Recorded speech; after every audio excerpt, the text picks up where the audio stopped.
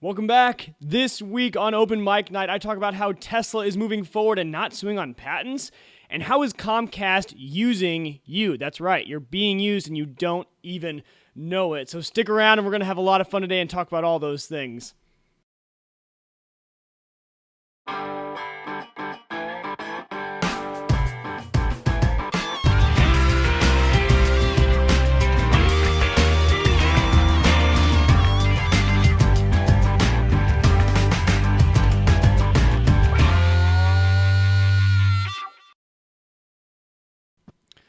Alrighty, so welcome back to another week of Open Mic Night. Welcome to all you new listeners out there. This is my weekly live tech show where I give you guys the latest in what is happening in tech news in the last week. Something I really like to do. It's my fun part of the week. It's a thing I look forward to the most. So this week we have two interesting stories, and last week I covered a lot of Apple news. Actually, that's all I covered last week. So this week, I promise, no Apple news. I'm going to have some different stuff for you guys, and it's two kind of big news stories that I think you guys need to know about as consumers. So let's just jump right into it. So all of you know Elon Musk running Tesla. Elon Musk runs Tesla and a lot of other great, amazing companies, but Tesla is the high-end luxury electric car maker. And they have been in the market for a while, and they are an extremely high-end brand. You see them driving around. They're very rare to see, but when you do see them, they look very flashy. They're nice, and they are completely 100% electric, which is great. Well, we just got news this week that Elon Musk says that he is not going to sue anyone on their patents for their battery charging system. Now, a lot of you think, well, why would you patent something if you're not going to enforce your patent? Well, Elon Musk believes that he wants this to be an open source, quote unquote, kind of project. He thinks that if he opens it up and allows people to use his technology of supercharging, fast charging the batteries and the battery technology in the cars, that more and more manufacturers will get into the electric car business. Now, there's kind of differing views on how this is going to play out for Elon Musk and Tesla. And I'll tell you my view. I think that if you are going to be successful in a market, promoting that market and making that market grow in whatever way you can helps you out. So although, yes, he's given away his technology to other companies to make superchargers, it's bringing more people into the electric car market. And so right now, the electric car market is really, really small. Gas cars are still the cars that people are buying. But if more and more companies start to offer a completely 100% electric vehicle, then obviously Tesla now already has the high-end range of that market built. So I think it's a good idea. I think it will help. Some are saying that's going to hurt Tesla, and that no one really wants a high-end electric car, that we want more affordable electric cars. And so if all these other car manufacturers start coming out with cheaper, more affordable, more, family-friendly electric cars, that those are the cars we're going to be going with. But I think that's not true, because look at all the high-end car manufacturers now, even on gas. People buy them, and people love them, and people collect them. And so I think that there's always going to be room for a high-end car market, and especially in this new electronic car market, I think it's going to be great for Tesla, and I think it's a great idea. And obviously, this sparked my interest from being a law student, just kind of the whole, why would you have a patent if you don't sue on it? But I think it's just a really good idea. And Elon's known to just be crazy. I mean, he's crazy. He's a genius. He has amazing business practice. He has started some amazing companies. He runs SpaceX. He just does some great stuff. So he has the money. He doesn't need the money. That's for one thing. And so I think it'll be fine. And I think Tesla is actually going to be in a better place than they were before once other companies start using their technology and creating the electric car market. So that is the big news from Tesla. Now, the story I baited all you guys with is that Comcast is using you. And not all of you. I might have lied. So Comcast is not using all of you, but I did want to tell you guys about a big story coming out of Houston. So Comcast, for those of you guys who don't know, is a cable and internet provider.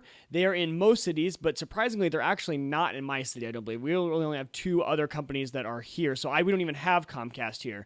So it wasn't a big story where I'm at, but it might be where you guys are. But Houston is the test market for Comcast, and what they are doing is if you have Comcast internet, and you use their box, their modem, and their Wi-Fi, Comcast is by default setting a public Wi-Fi signal out there for other Comcast users. So what does this mean? Well, let's say you have your home Wi-Fi set up, and you have, let's just say the network is named Home Wi-Fi. What Comcast has done is on a completely separate channel under a different name, there's going to be Xfinity Wi-Fi or something like that. And other people around you can see Xfinity, and if they are a Comcast subscriber, they can log in with their account and they can use pretty much your Wi-Fi base station to access the internet. So there's a lot of things that I instantly thought about when I heard about this. First of all, I didn't think it's a good idea. When I first heard about it, I was like, well, I know for one thing, especially like for a person like me, when I am doing this live show right now to you guys, I need all the bandwidth I can get. I can't have anything else running the internet in my apartment. I need as much upload speed that I can get. And so if I was a Comcast subscriber in Houston with this, I'm like, well, I don't want someone else's traffic to be slowing me down. Now, Comcast did say that the way that their architecture is, the way that their network is set up is that they have a bunch of open space that's not being used. They have a bunch of, your speed will not be affected, is what they essentially said. They said even if someone is on that Xfinity Wi-Fi and they're connected to your box, that they have enough speed, they'll be giving you enough power. Now, I have grown up not to trust the cable company and the internet company, especially recently. They are in it to make money, which is fine because they're a corporation, and companies, all they have to do is make money for their shareholders. So they don't need to be making decisions that are good for all of us. They just want to make the most money. But what I started to think about was, well, it's actually not a bad idea. If they do have the architecture and they do have the network to support the speed, it's not a bad idea. The one perk they did say is, so if I am a Comcast subscriber and so are you, and I'm going over to your house, I no longer have a need to ask you for the Wi-Fi password. So it might actually increase security for people with guests coming over because they don't have access to my internal network because they are going to be on two separate complete channels. Now, they are running to the same box, so security as of now is okay, but I'm sure it's only a matter of time before hackers will be able to figure out how to go through the Xfinity Wi-Fi and end up into your home network as well. But as of now, it is pretty secure, and it's not possible yet. So what I thought was like, well, it will be kind of nice. And for over on Twit, Leo was talking about how in San Francisco this would be great because everyone pretty much has the same cable subscription, same internet company out there. And if you're driving around, if you're at coffee shops, and if everyone's home Wi-Fi is also a public hotspot, you're pretty much going to have Wi-Fi wherever you go, which is pretty nice. The other thing I was thinking about is I live in an apartment complex, and if I want to maybe watch a movie or stream some music while I'm on the treadmill or I'm working out or something like that, I don't get any Wi-Fi in my gym, and my cell service is awful because it's in a very inner room. Well, if everyone around me Wi-Fi was a pretty much Wi-Fi hotspot, because my whole apartment complex has to have the same company. And so if our company did the same exact thing, we would have Wi-Fi access throughout the entire building. There are hundreds and hundreds of Wi-Fi hotspots in my one building. I pull up my phone and I'm actually surprised the list. I mean, you can almost scroll through the list. That's how many Wi-Fi hotspots there are. And if all those were going to be accessible by me, then that would be pretty nice. But the main point about all this and why I said Comcast is using you is because they are. You have a box in your home and Comcast is using it to support their network. You're giving out a signal to other people beyond just you. Now, there is an opt-out feature. You can opt out of this. But the problem is when Comcast put this in, it's an opt-out, not an opt-in. And what I mean by that is when someone releases a new feature and by default it's on and you have to opt out, I had to go in and make a choice to turn it off. What it should be usually what customers like is opt-in, where I know about the feature and I can put it on if I want to, but I don't have to. And so it's an opt-out feature, not opt-in. So if you do have this, if you do live in Houston right now and you have the Comcast boxes, then you can go in and opt out and you can do it that way and it's fine. So it's up to you. They do give you the option. They don't just stick you with this and make you, and you're stuck with it. They don't do that to you. But it's just something interesting, and it's another topic is these mesh networks, and that's kind of getting into these mesh Wi-Fi networks. And if we start getting all these to interconnect, it's pretty much, we're getting to the point where we could have Wi-Fi coverage for an entire city. If all these are connected in some sort of way and we have access in some way to all these Wi-Fi hotspots, it would increase the network load. It would take the network load, off the cell sites, because we're all using our cell phones and stuff like that, and put it onto the Wi-Fi. So, getting a little technical with that story, but the next thing I want to tell you guys, and this is part of my tip of the week, is that many of you, most of you, I'm sure, pay your cable company, your internet provider, for the modem, and most of the time it's a modem and Wi-Fi box all in one. Sometimes they give you two separate ones, sometimes it's all together. But what some people don't know is that a lot of you are paying $8 a month to rent those boxes from your internet company. And what people don't know is that you can go out and just buy your own modem and your own Wi-Fi hotspot, and then you own it, and you don't pay Comcast, you don't pay Cox, you don't pay CenturyLink, Time Warner, whoever your company is, you don't pay them to rent out their hardware. And this is what I do. When I first got my internet here at my apartment, I went and bought a DOCSIS 3, DOCIS 3 modem, as long as you buy one of those, and it was about $60. And then I went and bought a Apple Airport Express for my Wi-Fi, and that was $100. So yes, $160, but if you're paying $8 to $10 a month to rent those, after a few years, it's going to pay for itself. And what I like is you have a lot more control over your own hardware than the stuff they give you, and the hardware is a lot better quality when you buy it separately than the stuff you get from your cable provider. But the reason I bring this up is that for those Xfinity customers, for you Comcast customers in Houston who are having this, this mesh network kind of pushed upon them, this only works if you are renting their hardware. If you had your own modem and you had your own Wi-Fi hotspot, it's not possible. They can't do it. They don't have access to that. It's only when you're using their boxes. So if you just want to avoid this whole situation, and if other companies start to adopt this and you just want to avoid it, go buy your own modem and go buy your own Wi-Fi hotspot. It'll save you money. You have better control of the settings, and quite frankly, it just looks better too. I don't like the look of those all-in-one boxes, and they're huge and big and stuff like that. So those are my two news stories for you guys. I know it got a little technical today, but I just thought it was cool. I really like the fact that Tesla is opening it up and not suing on any patents and letting people get into the game. And I also think it's kind of funny that Comcast just kind of threw this in there, but it's also kind of a good idea. There's pros and cons to it, and I really want to know what you guys think about this. And so if you guys have any opinions, if you think that this Comcast thing is complete malarkey and you're mad about it, let me know. My Twitter is @MWeeger. If you guys are on Twitter, let me know there. Or if not, what you can do is you can also head over to my website. It's WeegerTech.com, and there's a contact me page, and you can just fill out that form out and let me know what you think, and then I'll email back and forth with you, and we can talk about this whole ordeal, because I guarantee you're going to have an opinion on it, because the reason I think you guys will have opinions is because most people have internet. I'd say about 98%, and if you're watching this, you obviously have some sort of internet connection, and you're going to probably have feelings on whether people can use your box for internet. I think it's interesting. So you guys heard what I think about it, but I want to hear what you guys think about it.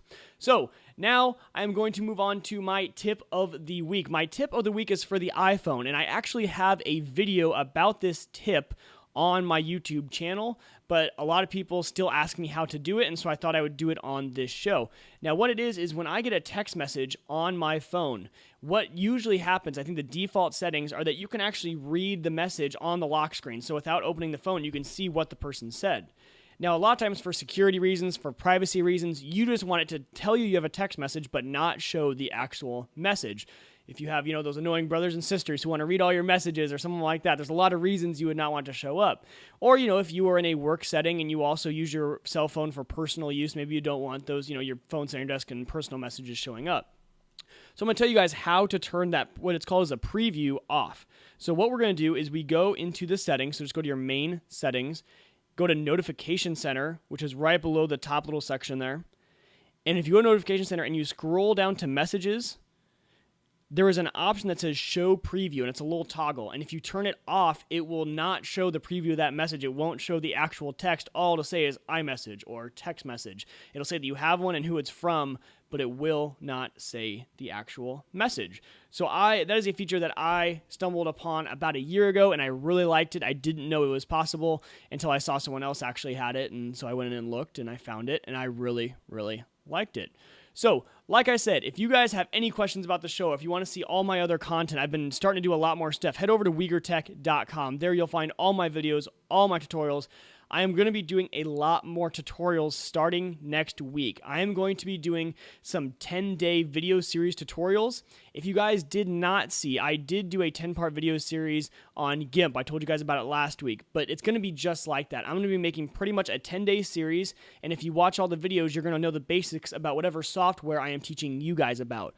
But what I want to know is, what software do you guys want to learn? Let me know. I have a few ideas of software that a lot of people have, and I'm just going to go over the basics of it. But if you guys have software out there that you think a 10-day tutorial series would be great on, or if you know someone that say, man, I know someone, I'm always teaching them about this piece of software, please, please, please go to WeegerTech.com and do the contact me, and email me about it and say, hey, this would be a great piece of software to do a tutorial series on, because I'm going to be doing about 5 or 6 of them between now and the end of August.